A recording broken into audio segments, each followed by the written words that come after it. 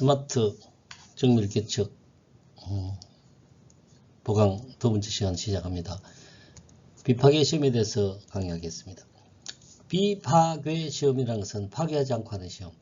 앞에 충격 시험이나 다른 것들은 전부 결론적으로는 부셔지고 자르고 비틀고 이렇게 해서 하는 테스트인데, 비파괴 시험은 파괴하지 않고 그대로 둔 상태에서 하는 내부의 결함을 찾는다든가 여러 가지 방법, 구조, 상태, 안의 구성 이런 것들을 찾아내는 방법입니다.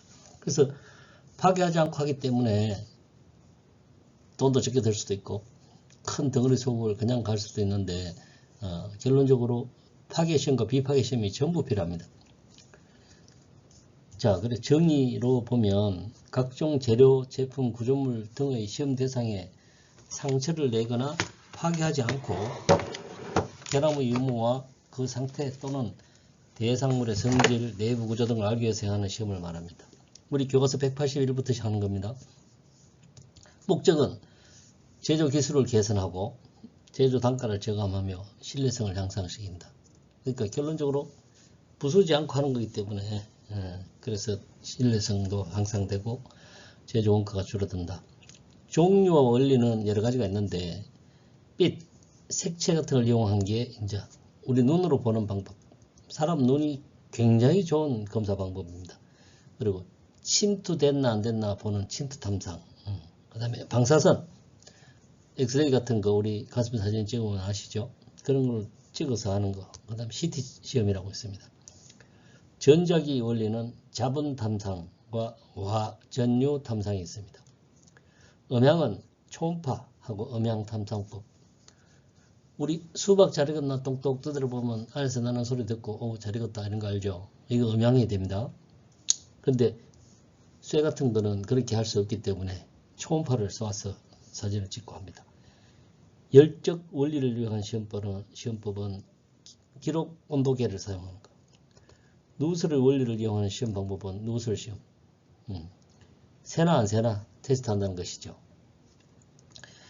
비파괴의 중요한 성질로 보면 기하학적은 기공, 조직 속에 공기가 있는 거.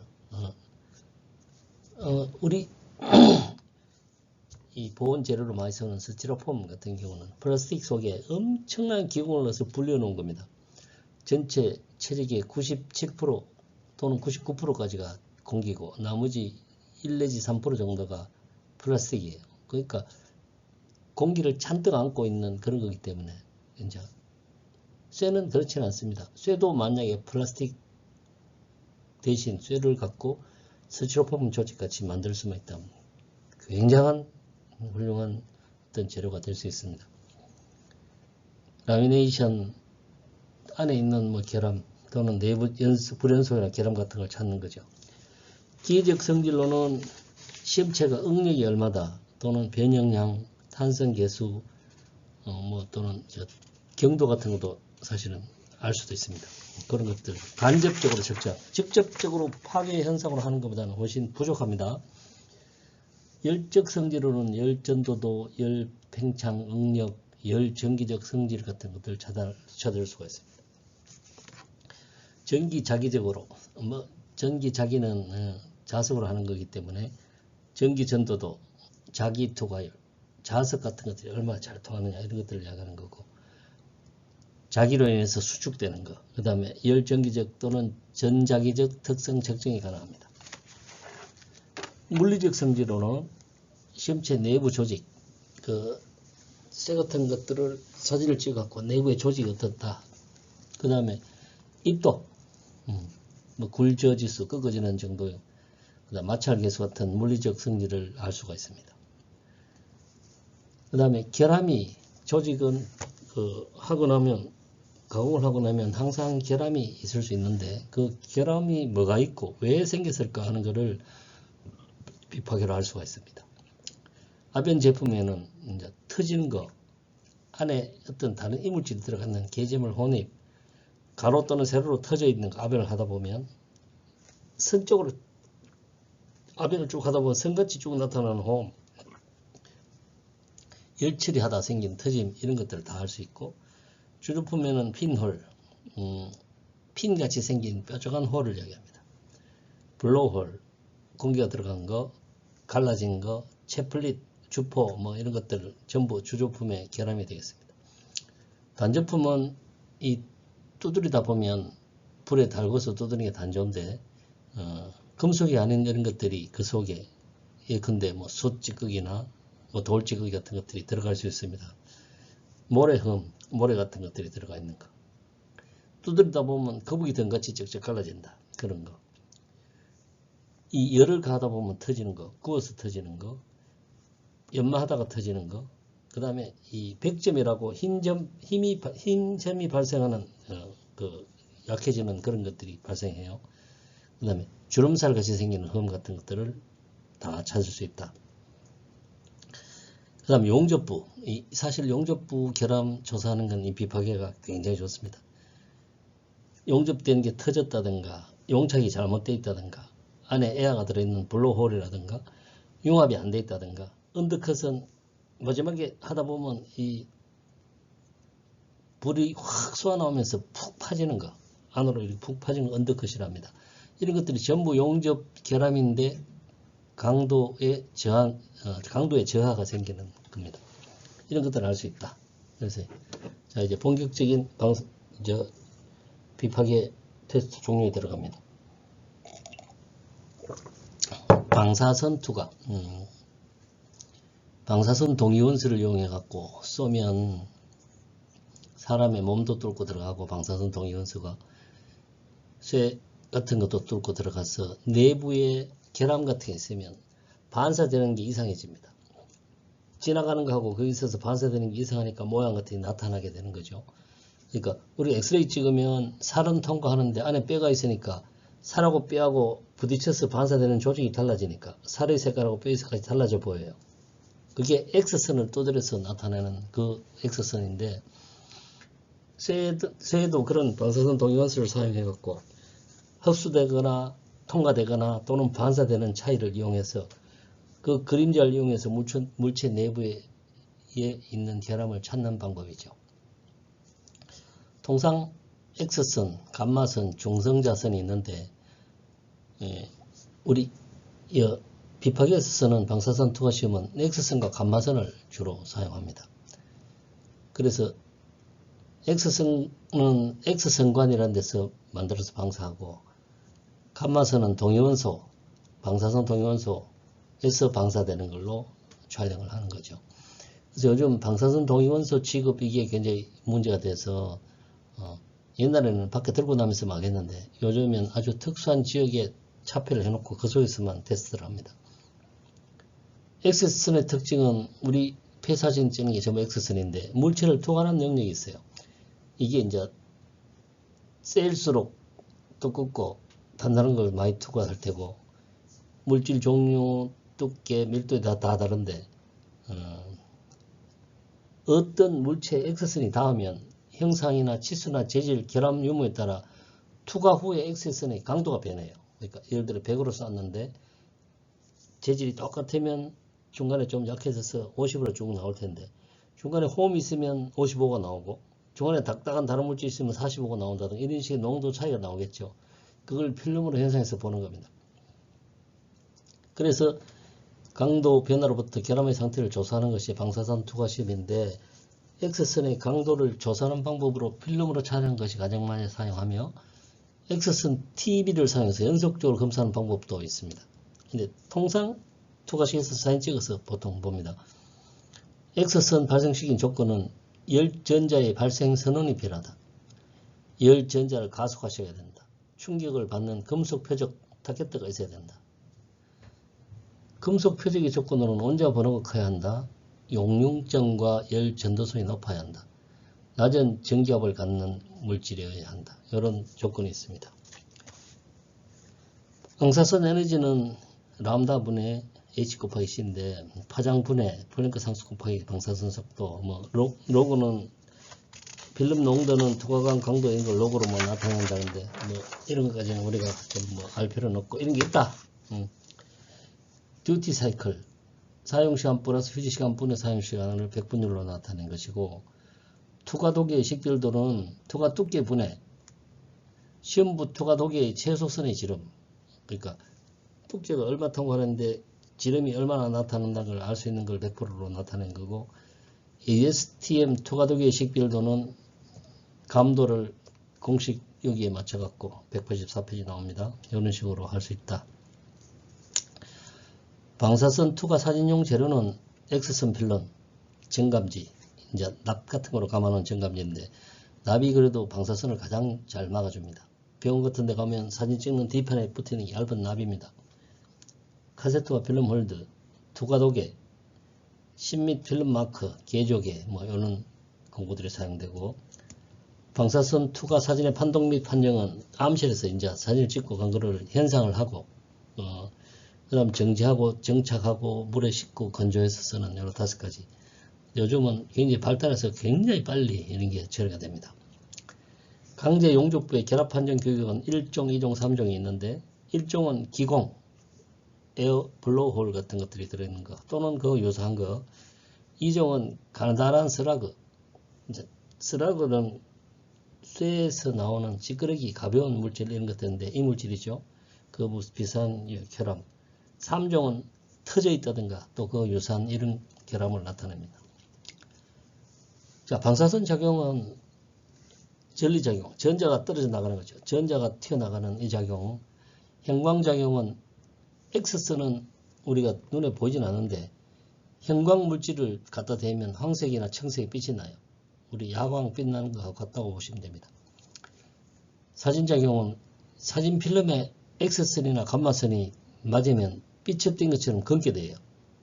그렇게 그 농도 차이로 찾아내는 것입니다. 생물작용은 방사선에 샘물을 쬐면 변화가 일어나는데 세포가 파괴된다든가 뭐 이런 일이 생겨갖고 그 몸에 어떤 중요한 세포 같은 게 안 생기게 하면 잘못하면 뭐 백혈병 같은 이런 것도 걸릴 수 있기 때문에 방사선 이쪽은 굉장히 주의해야 되는데, 실제로 근데 이 우리가 몸에 쐬는 정도를 선량이라 그러는데 그 선량의 정도를 마이크로 시버트 퍼 아워 이렇게 표현하는 단위가 있는데 하루에 얼마 이상 쐬면 안 된다 하는 이런 규정이 있습니다. 그러니까 원자력 발전소 안에 근무하는 사람들도 그 규정에 따라 활동하면 평생 뭐 거기서도 그걸로 인해서 탈생긴 사람도 있어요. 사람에 따라. 근데 그걸로 인해서 탈생기면 뭐 문제가 생기는 사람도 있는데 그렇지 않은 사람들이 더 많습니다. 그러니까 이제 이 방사선 투과를 평생 찍다 보면 이걸로 인해서 문제가 생길 수 있긴 하겠지만 통상적으로 어떤 한도 내에서 쓰라는 대로만 지키면 아무 문제 없습니다. 그래서 사실 방사선 투과는 좀 더 전문적이고 포항 같은데 옛날에는 방사선을 굉장히 많이 했었는데 최근은 취급하는데 거의 없고, 포항에 유양전자라고 굉장히 유명한 회사가 하나 있는데 거기서 조금 하고 있고, 대부분은 이 초음파로 많이 합니다. 두 번째 나오는데 초음파는 소리를 보내서 반향되어 오는 걸 체크하는 거기 때문에 뭐 이건 뭐 몸에 해롭다든가 이런 게 거의 없죠.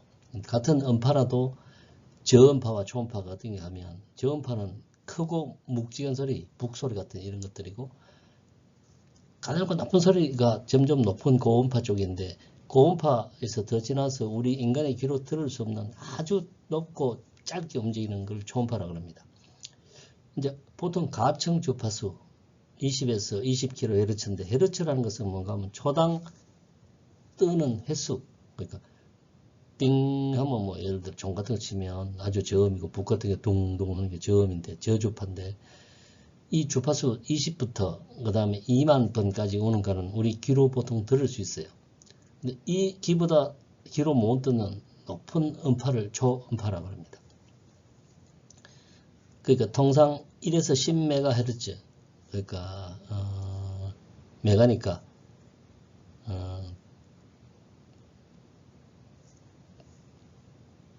1000, 만, 10만, 100만 또는 1000만 정도의 진동수로 움직이는 음파, 소리파입니다. 그거를 우리는 들을 수는 없죠. 이거를 이제 탐촉자, 동글방하게 생긴 둥근 소리 나게 하는 그 탐촉자가 있어요. 그거를 우리가 체크하고 싶은 상처, 우리 저 병원에 가면 뱃속에 있는 애기 보는 것도 이 초음파로 봅니다. 뱃속에 이 초음파를 이렇게 대면 안에 있는 물체가 움직이는 이런 모습, 경계 이런 것들이 형체가 드러나게 보이거든요. 그걸 보고 판정을 하는, 그 아기가 혹시 뭐 기형이 있다든가 또는 뭐 잘못이 있나 이런 걸 체크하기 위해서 하는 게 이제 초음파인데, 초음파는 인체 해롭지 않기 때문에 아기들한테 그렇게 보는 겁니다. 방사선으로 애기 있나 봐보면 애가 잘못하면 연약한 피부라서 골로 갚을 수도 있으니까 그런 건 절대로 하지 않던 거죠. 그래서 초음파로 합니다. 그래서 초음파를 시험지 입사식에서 이제 결함이 있으면 그쪽에서 반사가 되고, 결함이 없으면 지나가 버리고 없어져 버리고 이러되니까 흡수돼 버리니까 반사되어서 탐촉자에 부딪혀 오는 것들을 수신해서 그걸 이용해 갖고 결함 크기나 모양 이런 것들을 체크해내는 거죠. 금속이나 세라믹 탐상에서 높은 주파수의 초음수를 이용하여 하는 것은 가는 초음파 빔으로 만들어 작은 파장으로 작은 결함을 쉽게 검출하기 위한 겁니다. 초음파 탐상이 이제 목적은 위치나 위치 판별 치수 측정 다 가능합니다. 결함 검사 응용을 어떻게 하느냐? 결함 검사, 두께 측정, 탄성률 측정, 금속 조직 연구, 피금체 제조 변수의 영향평가 이런 것들이 전부 가능하죠. 초음파의 특징으로는 내부 및 표면 결함을 검출시킬 수 있습니다. 최적 시험이죠. 면상 결함, 면 상태의 결함을 방사선보다 쉽고, 표면 검출, 결함 검출은 자분 탐상이나 침투 탐상보다 나쁩니다. 이제 자분이나 침투는 표면에 철가루나 침투액을 발라갖고 하는 거기 때문에 표면은 나빠요. 근데 내부에 있는 거는 자분이나 침투 탐상보다 훨씬 유리하고, 엑스레이보다도 더 쉽고 좋은 것도 있고, 결함의 종류 식별이 어렵고 금속 조직의 영향이 크다. 이제 그게 이제 문제인데, 이게 모양은 결함인데 이게 에어홀인지 게재물이 들어있는지 또는 스러가든지 이런 거 구별하기 좀 어렵다 이 말입니다. 그 대신 결함의 위치와 크기는 정확하게 알 수 있다. 굉장히, 그러니까 아주 해롭지 않고 심플하게 체크할 수 있기 때문에 초음파 탐상을 굉장히 많이 합니다. 초음파에 관련 이론은 주파수 F, 아까 말씀드렸듯이 1초당 진동하는 사이클 수, 파장은 1사이클 한 번 움직일 때 진행하는 거리, 그걸 미터라고 하는데, 그 속도는 결국 람다 곱하기 F가 되는 거죠. 예제 문제가 잠깐 나오는데 1MHz의 초음파가 전파 시 파장과 진동의 두께를 구하라. 자, 람다 F분의 V 하면 100만 분의 5900 이렇게 이제 메타 퍼 세크니까 이렇게 하면 5.9mm 종파가 나온다. 그리고 진동조의 두께는 T 2분의 람다니까 2.95에 해당된다. 이렇게 표현이 되시네요. 음향 임피던스는 초음파가 물질 내에서 진행할을 방해하는 성질, Z 이퀄 로 곱하기 V. 음압은 초음파가 물질을 진행할 때 가하는 압력이 생긴다. 음향 강도는 기계적 에너지 투과 강도다. 초음파 속도는 종파와 횡파가 각각 다릅니다. 초음파의 종류는 종파, 입자의 운동 방향과 진행 방향이 평행한파로, 그러니까 진행한 쪽으로 입자가 운동하는 거하고 진행 방향이 평행한 거죠. 그게 종파고, 횡파는 옆으로 반대로 이렇게 움직이면서 입자 운동 방향하고 진행 방향이 수직이다. 그러니까 종파는 2배 빠르고 횡파는 한 50% 정도 늦다고 봅니다. 이렇게 지진도 발생하면 이 종파와 횡파가 같이 오는데, 종파는 충격이 덜하고 빨리 지나가고, 그보다 조금 뒤에 이제 횡파가 오면 그 굉장한 에너지를 품고 와서 때리면서 많이 무너진다. 그런 이야기가 있어요. 속도가 뒤늦게 온다고 그럽니다. 표면파는 그 횡파가 물체의 표면을 타고 진행한다. 내부로 진행하지 않고 그걸 표면파라고 그러고, 판이 얇을 경우에 윗면 아래면 양쪽 면으로 그냥 쭉 진행하는 그런 파가 있답니다. 이제 초음파 탐상법, 이제 보통은 그냥 수직으로 맞춰놓고 하면 가장 수직으로 잘 할 수 있는데, 파의 진행 방향을 시험체의 표면에 수직적으로 전달시켜 내부의 결함을 탓하는 방법으로 두께 측정의 원리를 이용한다. 그러니까 탐촉자로 대고 수직으로 대고 때리면 A가 있고 B가 있을 때 A는 두께 전체를 나타내고 B는 결함 있는 부분을 나타내니까 어느 정도 부분에 결함이 있다 이렇게 찾아내는 건데, A 경우 같은 경우는 표면의 반사파가 이렇게 나오고 저 밑에 저면표가 나오고 하는 그 사이 거리, 이런 것들을 재면 우리가 진행하는 속도 아까 구별할 수 있는 그걸로 인해서 두께를 찾을 수 있는데, B 같은 중간에 결함이 있을 때는 표면 반사파가 있고 중간에 결함파가 있고 뒤에 저면표가 나오니까 중간 부분에 결함이 있구나, 그까지 거리가 얼마고 크기는 어떻다 모양이 나오겠죠. 그렇게 찾아내는 겁니다. 경사각 탐상법. 경사각 탐촉자라는 게 있는데, 탐색면에서 사각으로 촌포를 투자해서 촌포로부터 떨어진 곳에 결함, 불연속점 이런 것들을 찾는 방법으로 복잡한 모양의 내부 결함 탐사에 널리 사용합니다. 자, 탐축자를 넣고 삐딱한 방향으로 쏘면 쭉 내려갔다 끝부분에 아무것도 없으니까 반사돼서 올라가는 거죠. 그래 통과되는 이런 것부터 반사돼서 결함에 부딪히는 부분까지 이렇게 찾아내는, 그러니까 다양한 방향에서 쏴갖고 어느 부분에 어떻게 있다는 걸 복잡하게 알아내는 그런 방법들이 되겠습니다. 이제 초음파 탐사할 때 접촉 탐상이 있고 물에 담가서 하는 수침법이 있는데, 접촉법의 이제 직접 대서 하는 접촉법, 간편하고 투과력이 크고 표면 검사 가능한 반면에 단점은 표면이 매끈해야 음파가 잘 전달이 된다. 수침법은 높은 주파수 상에서 감도와 분해능을 높일 수 있는 반면에 단점은 검사 장비가 복잡하고 투과력과 피사체의 크기가 제한된다. 예를 들어 뭐 고로 같은 거 높이 50m짜리 이런 것들은 수침해서 할 수가 없겠죠.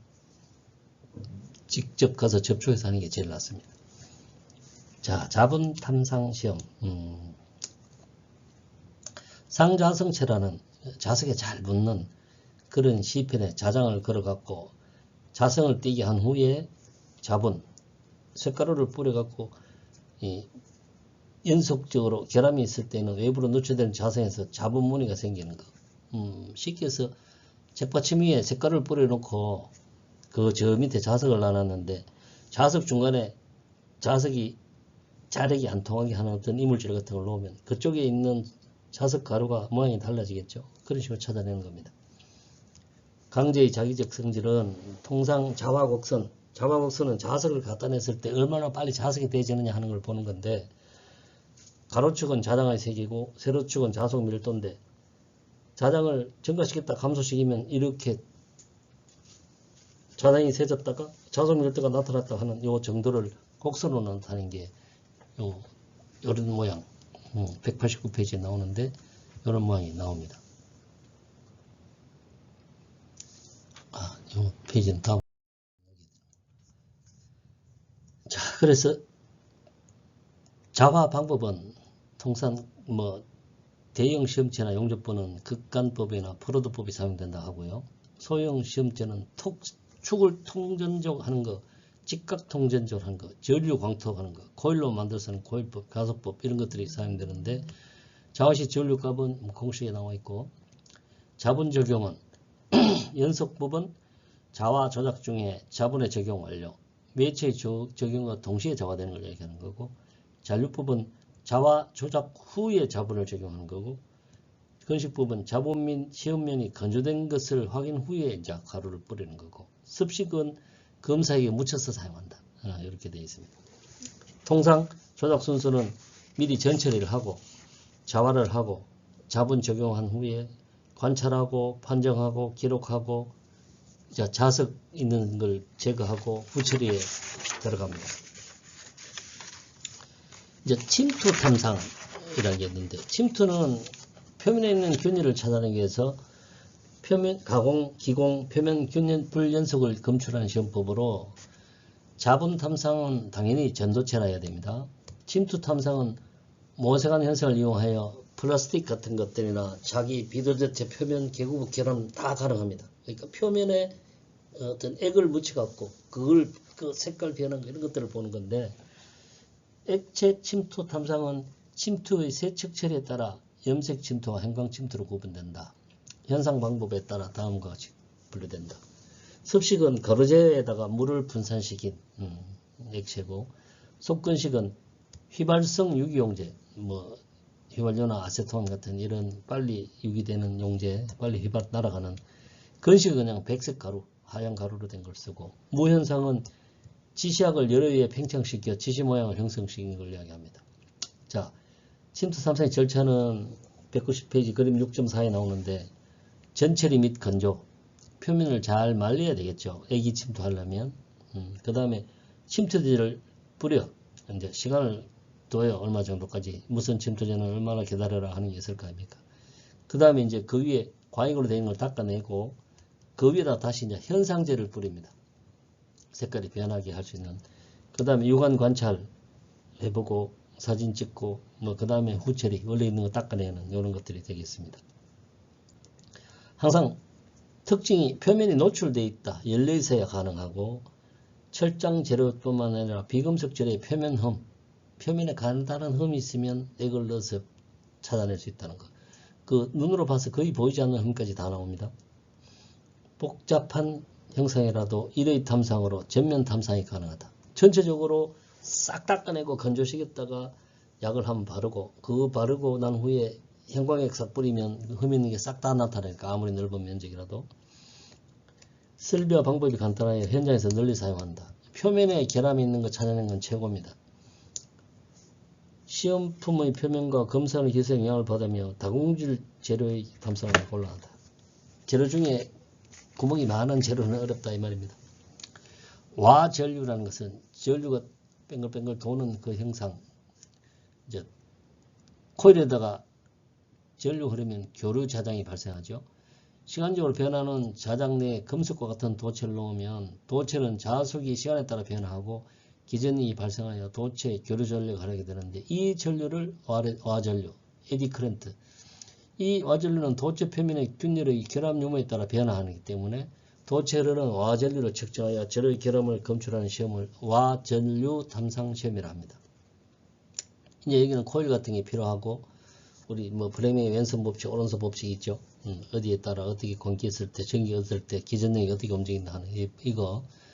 검출 코일에는 관통형 코일, 프로브형 코일, 내삽형 코일이 있는데, 전기 전도 및 전기 저항으로는 전기 전도는 전기 잘 흐르는 정도, 금이나 구리 같은 게 최고고, 은, 알루미늄 이런 수는 내려가죠. 전기 저항은 전기 흐르는 걸 방해하는 거. 니크롬선 같은 거는 전기 흐르는 걸 방해하기 때문에 열이 발생합니다. 그래서 히터에 사용되는 거죠.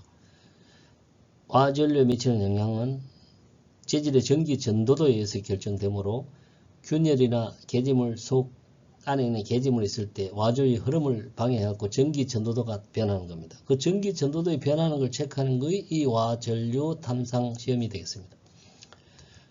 표피 효과.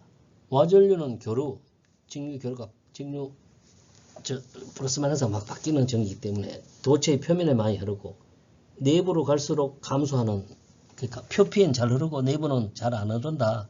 그래서 내부는 탐상이 어렵다. 직류 같은 경우는 도선의 단면을 균일하게 흐르고, 교류인 경우는 표면에 잘 흐르고 내부로 갈수록 흐르지 않는 현상, 그걸 표피 효과라고 합니다. 누설 시험은 뭐 탱크 같은 걸 제작했다든가 압력 용기를 만들었는데 구멍이 뚫려서 물이 샌다든가 에어가 쓰면 안 되겠죠. 그거를 체크하는 테스트입니다. 리크 테스트. 탱크나 용기의 용접부에 수밀, 기밀, 유밀 등을 검사하는 방법으로 수압이나 공기압을 이용해 사용한다. 사용된 압력은 0.15 메가파스칼에서 0.4 메가파스칼 정도이다. 누설 시험 종류는 가스와 기포 형성 시험, 버블법. 우리 자동차 타이어 펑크 났을 때 비눗물 묻히면 비눗물 부분에 버블, 공기 보글보글 나오는 거 보죠. 그 방법이라는 겁니다. 할로겐 다이오드 검출법, 할로겐 다이오드를 사용해서 검출하는 법과 헬륨 질광 분간법, 스피니법, 후드법이 있습니다. 전부 누설을 찾아내는 방법이에요. 그리고 그냥 뭐 튜브 같은 건 물에 집어넣으면 공기 부르륵 나오죠. 바로 찾아내는 누설 시험 테스트입니다. 음향 방출 시험. 물체가 외력 또는 내부의 변형이나 파괴가 일어나면 재료 내부에 있던 축적된 에너지가 연료전이나 탄성파 같은 여러 에너지로 변화해요. 그래서 이거를 외부의 개척장의 힘에서 가식적으로 검출된 게 이제 탄성파를 AE 신호로 하는데, 탄성파는 사방으로 이제 정상적으로 진동하는 현상인데, 앞전 센서를 이용해서 전기적 신호로 체크하면 음향 방출 신호로 변환할 수 있답니다. 그래서 박판이나 시험펜 같은 거, 얇은 판, 그런 거, 가공된 부재 또는 용접부, 구조물, 압력 용기나 배관 같은 것들을 AE법을 적용해서 할 수 있다. 검사 대상이 되는 결함으로는 취성 파괴, 망치 같은 거 툭 쳤을 때 빡 깨지는 그런 것들이 취성 파괴고, 피로 파괴, 약한 힘을 가했을 때 계속적으로 생겨서 부서지는 피로 파괴, 응력 부식 파괴, 응력과 부식이 생겨갖고 되는 파괴, 수소 취성 파괴, 수소 또는 물 같은 거 접하면서 수산화 이온이 적용돼서 수소 취성 파괴라는 게 일어나기도 합니다. 그럴 때 사용할 수 있다. 통상 이제 비파괴 펜과 서다로 음향 방출 시험은 원자력 산업에서 균열 탐지, 누설 탐지, 보일러 누설 탐지, 베어링 마모 감시 등에 널리 사용되는 고등 기법이라고 볼 수 있습니다. 자, 오늘 여기까지 마치고 3교시는 다른 걸로 또 준비해서 공부하는 걸로 하겠습니다. 이상 마칩니다.